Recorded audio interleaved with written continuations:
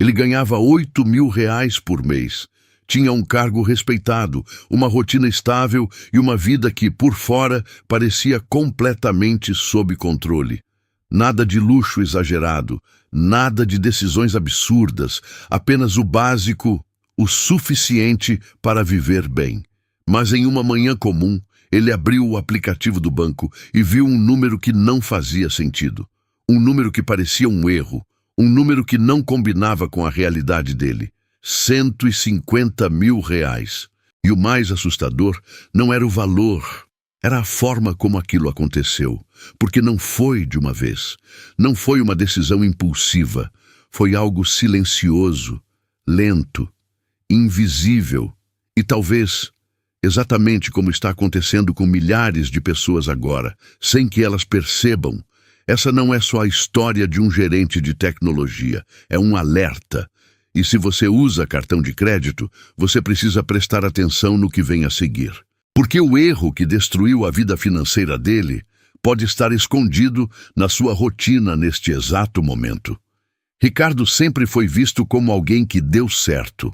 Formado, empregado, com um salário acima da média de muita gente, ele carregava aquela imagem de estabilidade que todo mundo busca.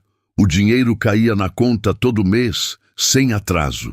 Ele pagava suas contas, saía nos fins de semana, fazia pequenas viagens ao longo do ano. Nada fora do normal. Nada que chamasse atenção. E exatamente por isso, ele nunca sentiu que estava em risco.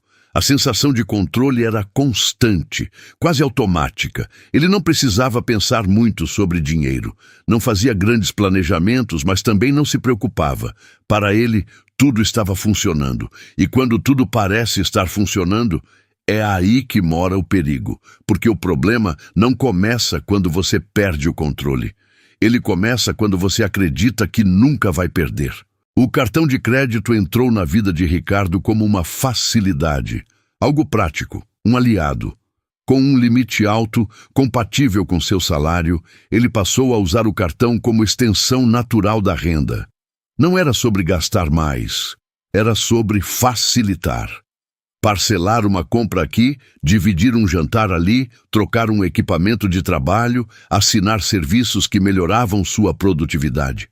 Tudo parecia justificável. Tudo parecia pequeno demais para se preocupar. Afinal, o valor das parcelas cabia no bolso. E no início, realmente cabia. O problema é que Ricardo não estava olhando para o todo. Ele olhava cada compra isoladamente, sem perceber que juntas elas estavam formando algo maior, algo que crescia, mesmo quando ele não prestava atenção. Meses foram passando e o padrão continuava. Pequenas decisões, pequenos valores, pequenas parcelas.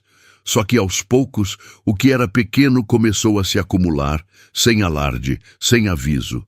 Quando ele abria a fatura, via vários valores baixos, espalhados. Nada que assustasse de imediato.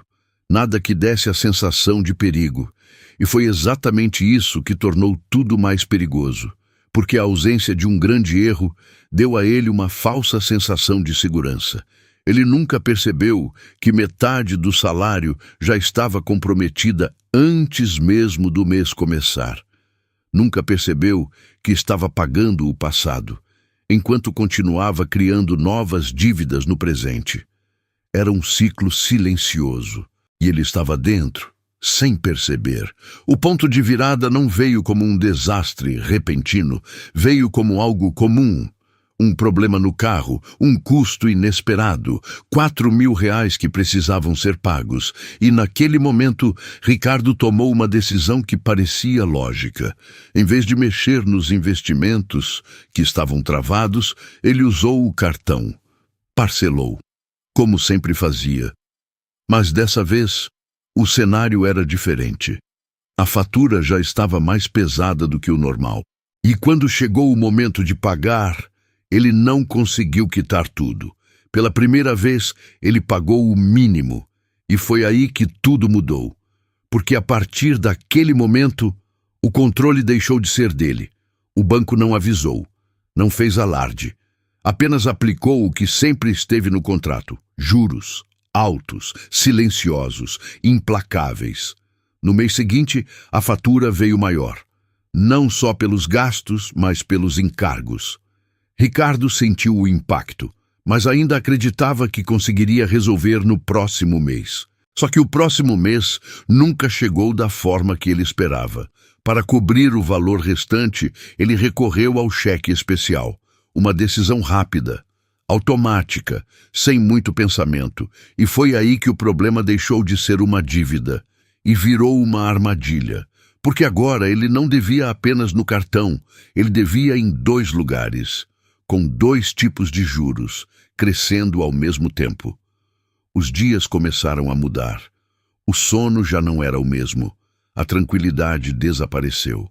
Ricardo passou a acordar no meio da noite, com a mente acelerada, tentando fazer contas que não fechavam.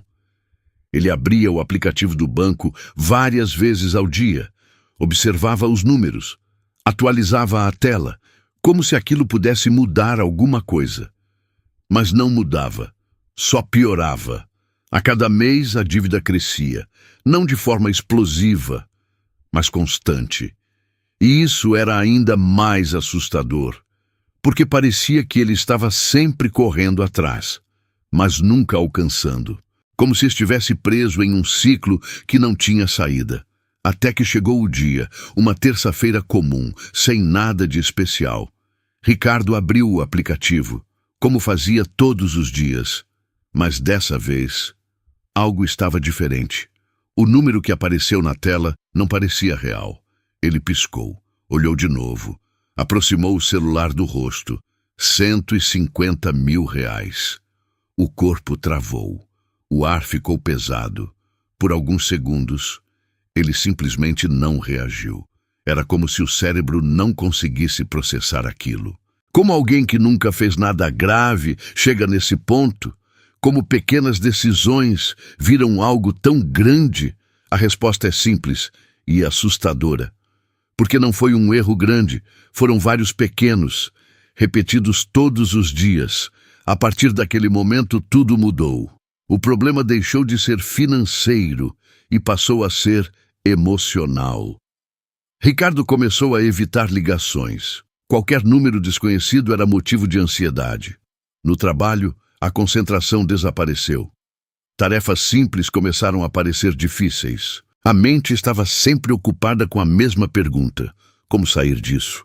Ele começou a se isolar, evitar conversas, evitar encontros, porque no fundo ele sabia que não era apenas uma dívida, era uma situação que ele não sabia explicar. E isso pesa.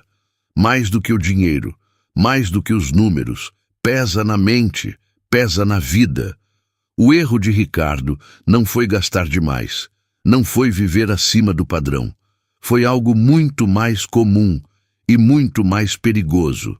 Ele confundiu limite com renda.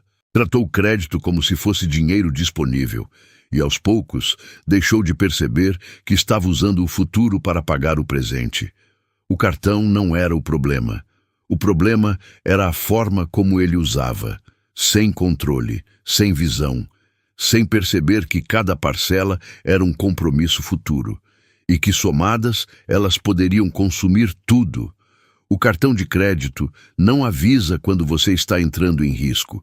Ele apenas continua funcionando, até o momento em que já é tarde demais. Para sair dessa situação, Ricardo precisou encarar a realidade, sem desculpas, sem ilusões. Ele cortou gastos, cancelou assinaturas, vendeu o carro, renegociou dívidas. Foram meses difíceis, anos na verdade. Um processo lento, doloroso, mas necessário. Porque sair de uma dívida desse tamanho não é rápido, não é fácil, mas é possível. E o que ele aprendeu é o que pode mudar completamente a forma como você lida com dinheiro. Controle não é sobre ganhar mais. É sobre saber exatamente para onde cada real está indo. É sobre não depender de crédito para manter o padrão de vida. É sobre nunca, em hipótese alguma, pagar o mínimo da fatura. A história de Ricardo não é rara. Ela acontece todos os dias, com pessoas comuns, com salários comuns, com vidas aparentemente normais. E é exatamente isso que torna tudo mais perigoso. Porque não parece um problema, até se tornar um. Se você usa cartão de crédito, pare por um momento e pense: quanto do seu salário já está comprometido antes do mês começar? Quantas parcelas você tem hoje que ainda nem percebeu?